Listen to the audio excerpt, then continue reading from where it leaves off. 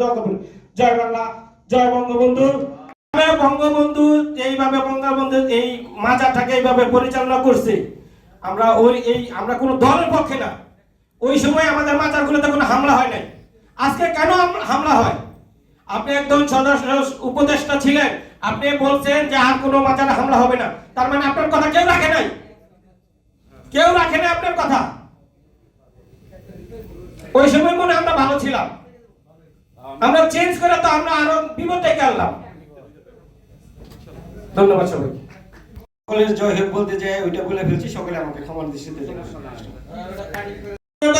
বিয়ের অনুষ্ঠান খেয়েছেন, শাহী দরবারে প্রত্যেক দিন 500 থেকে 1000 মানুষের সেহরি, তারপর সেহরি খাওয়ানো হয়। আসলে এখানে সবাই খেয়েছেন না, জানেন। শাহজালাল শাহপরান সকলের দরবারে, অনেক দরবারে সেহরি এটা প্রচলনটা আছে। পীরে কামেল শাসিব হযরত ওমর পাগলা দরবারে একটি মসজিদ নির্মাণ করে দেওয়া হয়েছে। আমরা প্রত্যেক ইফতারের সময় আমরা ইফতার করাই, আমরা সেহরির সময় সেহরি করাই, আমরা এই 27 রমজান আমরা এই আমভাবে আমরা এখানে সেহরি খাওয়াই। আজকে কোনো হুজুরের বাড়িতে আমরা দাওয়াত খেতে পারি নাই, আর হুজুররা আমাদের এই দরবার নিয়ে ফতোয়া দেয়, আর হুজুররা এই দরবারের টাকা দিয়ে তাদেরকে পরিচালনা করতে হয়। আমরা কথা বলতে পারি না। আমাদের যখন সময় দেন, আমাদের 2 মিনিট দেন, আমরা 2 মিনিটে কথা বলবো না। যেটা অরিজিনাল কথা আমরা কেন বলতে পারি না? আজকে অনেক এখানে তো আজকে আমি মনে করেছিলাম যে আজকে এটা অডিটোরিয়াম পুরাটাই ভরা থাকবে। আমরা 2টার সময় আসছি, 11টার সময় রওনা দিছি। কই আমাদের এই সুফি মানুষগুলো কোথায়? আমাদের এই পীর মাশাইখগুলো কোথায়? বড় বড় বক্তৃতা এই মঞ্চে বলে দেন, আজকে মানুষ আমরা কোথায়? কেন আমরা আমাদের দরবারগুলোতে এইভাবে হামলা হবে, চোরা করতে হামলা হয়? আমি তো আগেও বলেছি, আপনারা আসেন, কোন দিন কোন দরবার ভাঙবেন আপনারা আসেন, ডেট দেন। আমরা যদি প্রতিহত করতে পারি করবো, আর যদি না পারি আপনাদের কাছে মাপতে চলে আসবো। এখন যে কোনো ব্র্যান্ডের পুরাতন এসি বদলে নতুন ওয়ালটন এসিতে উপভোগ করুন 25% ছাড়। আপনারা রাত্রে 3টা বাজে আক্রমণ করবেন এই দপ্তর তাহাজ্জুদ পড়ার সময়। না আমরা তাহাজ্জুদ পড়বেন, আপনাদেরকে আমরা আটকাবো যে আমাদের অপরাধ কি আপনারা এটা বলেন।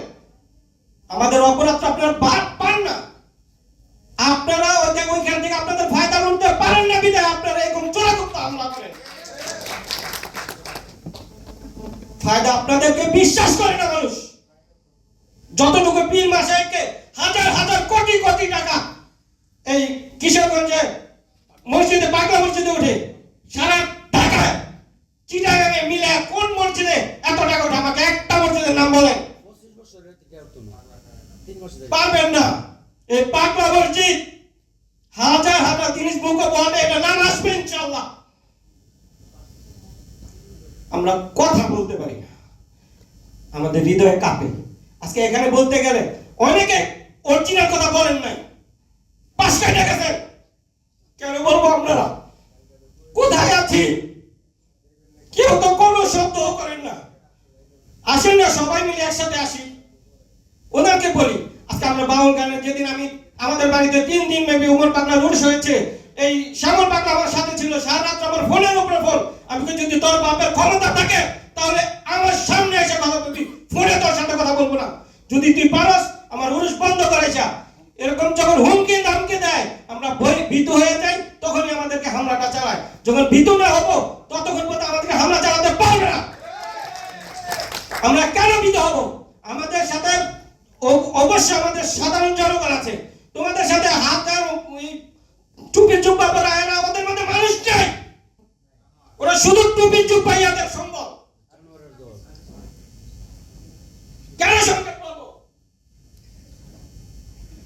তোমরা বলো সময় থাকে, আমাদের বলতে দাও না কেন?